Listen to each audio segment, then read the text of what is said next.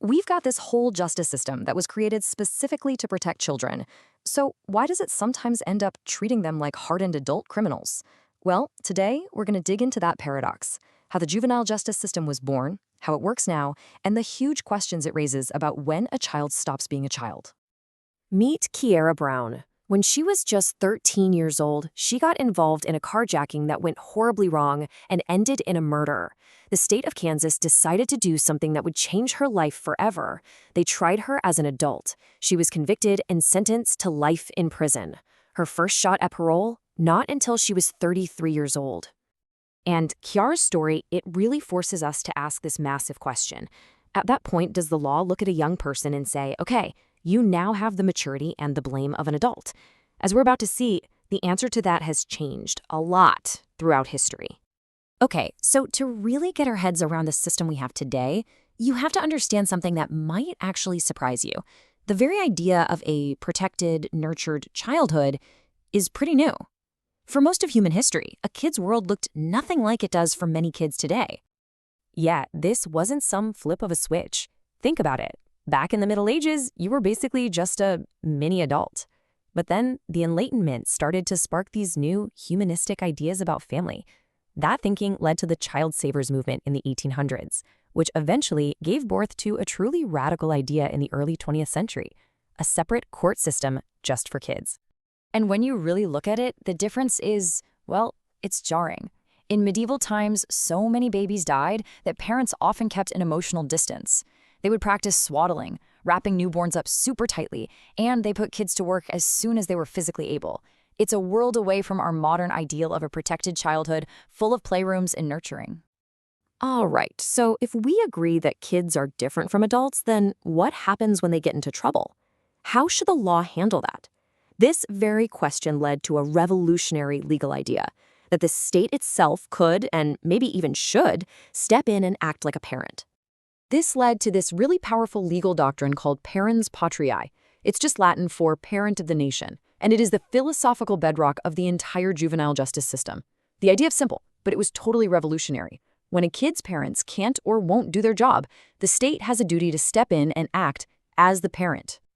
And you know, this philosophy, it changed everything. Suddenly, a kid's crime wasn't just a crime anymore. No, it was a symptom, a sign that something was wrong at home. So the state's goal wasn't to punish, it was to rehabilitate. They even created a new label, delinquent instead of criminal, just to avoid the lifelong stigma. So that brings us to the system we have today, which really has two main doors you can walk through. The law makes this really critical distinction between a kid who commits an actual crime and one who's just doing something that's only illegal because, well, they're a kid. Let's just break down these three legal paths, right? First, you've got your adult criminal. Pretty straightforward. Commits a crime, found guilty, gets punished. Then you have a juvenile who commits that same crime.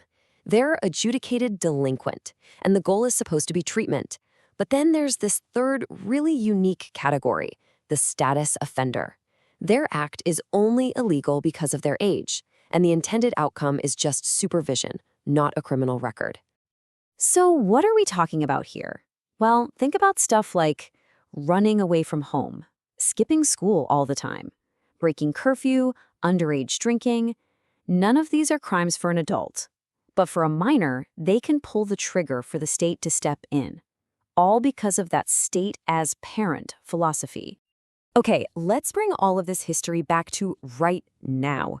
Because the truth is, the juvenile justice system we have today is often at war with the very ideas of rehabilitation and protection it was built on. Get this. On any given day in the US, around 4,600 kids under 18, are sitting in adult jails. How is that even possible? It happens through a process called judicial waiver, where a judge basically decides a kid is beyond rehabilitation and transfers their case to adult court. This is exactly what happened to Kiera Brown. The very system designed to protect her was the one that cast her out. But at the same time, something else has been shifting, a big shift in how we deal with those status offenders. After a huge spike in the 90s, the number of these cases even going to court has dropped a lot. So what does that tell us? Well, it suggests that more and more we're realizing that hauling a kid into court for skipping school probably isn't the answer. But you know, this is still a really heated debate. On one side, you have people who say, look, sometimes you need the court's authority to force a kid into treatment they need or to help parents who have just lost all control. But then on the other side, you have critics saying, hold on a minute. Dragging a kid to court for acting like a teen just slaps a label on them and pulls them deeper into a system they really don't belong in. And this push for reform, it's not just coming from activists. It's coming from the very top. The American Bar Association, this is one of the most influential legal groups in the country, has taken a really clear stance. They're basically saying that if an act isn't a crime for an adult, it shouldn't be enough to bring a kid into court at all, period. So here we are. We've got a system that was literally built to protect this concept of childhood. And yet, from Kiara Brown's life sentence to the fight over whether a truant kid belongs in court, it's pretty clear we still can't agree on what that word even means.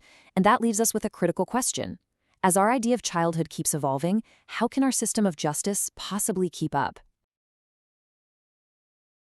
So why do we have a whole separate justice system just for kids? It seems kind of obvious, right? But what if I told you that the very idea of childhood is a pretty new invention? That for most of history, kids who broke the law were treated just like adults. Yeah. The line between protecting a kid and punishing them is a whole lot blurrier and way more recent than you probably think. Let's get into it. First, I want you to meet Kiara Brown. Back in 2008, when she was only 13 years old, she was involved in a carjacking that went horribly wrong and a man lost his life. Faced with this terrible crime, the state of Kansas had a massive choice to make. Were they looking at a child who needed serious help, or were they looking at a criminal who deserved adult-level punishment? They chose the second one. Kiara was tried as an adult and sentenced to life in prison. And Kiara's story just puts this huge, complicated question right in our faces. When does a child stop being a child? Especially in the eyes of the law. Seriously, where do you draw that line? Our entire justice system for young people is basically built around trying to answer that one question, constantly trying to balance the scales between rehabilitation and punishment. Now, to even begin to understand how we try to draw that line today, we actually have to jump in a time machine and go way back. Because the answer, believe it or not, lies in a pretty startling fact. For most of human history, the whole concept of childhood as this special, protected phase of life, it didn't exist. Just try to wrap your head around that for a second. For centuries, no childhood. In the Middle Ages, you were basically just a tiny adult. It's not until the 1600s and 1700s that things even start to shift, with the idea of a modern family taking shape. Then you have the Enlightenment, which gets people thinking differently about, everything. But the real game changer, that happens in the 1800s, when these reformers, they call themselves the child savers, showed up and started arguing that, hey, wait a minute, kids aren't just small grown-ups. They're different, and they need to be protected. And the difference is, it's just jarring. A kid in the Middle Ages was pretty much an economic asset. As soon as you could work, you were put to work. On the farm, in a shop, whatever. Discipline was often brutal. And because so many children died young, a lot of parents tragically kept an emotional distance. It is a world away from how we think of childhood today. This time for being nurtured and educated and, being a kid. So this brand new way of thinking about children wasn't just some social trend. It sparked a full-blown legal revolution. It introduced an idea that would completely reshape how the law dealt with kids who got into trouble. And that whole revolutionary idea is captured in two Latin words, parens patriae. It literally means parent of the country. And the philosophy behind it is pretty radical. It says that if a child's actual parents fail them or can't care for them, the state has a responsibility to step in, not as a punisher, but as a substitute parent, to protect that child's best interests. Now, parens patriae wasn't just some abstract theory. It became the actual blueprint for the very first juvenile court in 1899. And its logic completely flipped the adult system on its head. So a kid stealing something wasn't viewed as a crime, but as a symptom, a cry for help. And the goal wasn't to punish, it was to rehabilitate, to fix the problem, not just lock up the kid. Okay, but think about it. If your whole focus is on treatment instead of punishment, you can't really use the same old words like crime and guilty. It just doesn't fit anymore. You need a whole new vocabulary to talk about what's going on when a young person goes off the rails. And you can really see the difference in the language they came up with. An adult commits a crime, they're found guilty, and they receive punishment. A juvenile who does the exact same thing is called a delinquent, they're adjudicated, and they receive treatment. See the difference? And then there's this third category that's totally unique to kids, the status offender. where the whole goal is just intervention. So, what in the world is a status offense? Well, it's pretty simple, actually. It's any behavior that can get a young person in trouble with the law, but would be perfectly legal if an adult did it. The offense is tied entirely to their status as a minor.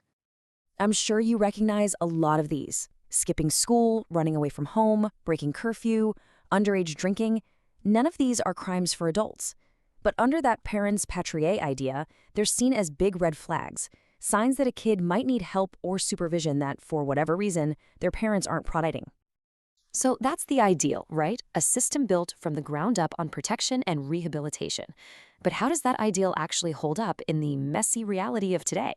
Let's take a look at the gap between that original vision and where we are now. And, the stakes here could not be higher. When the system fails to help a young person and they go on to become a career offender, the cost to all of us, to society, is absolutely staggering. We're talking over $1.5 million for just that one person. This isn't just about ideals, it's about the very real consequences when we fail to get it right. Because that separate system we've been talking about, it isn't always a guarantee.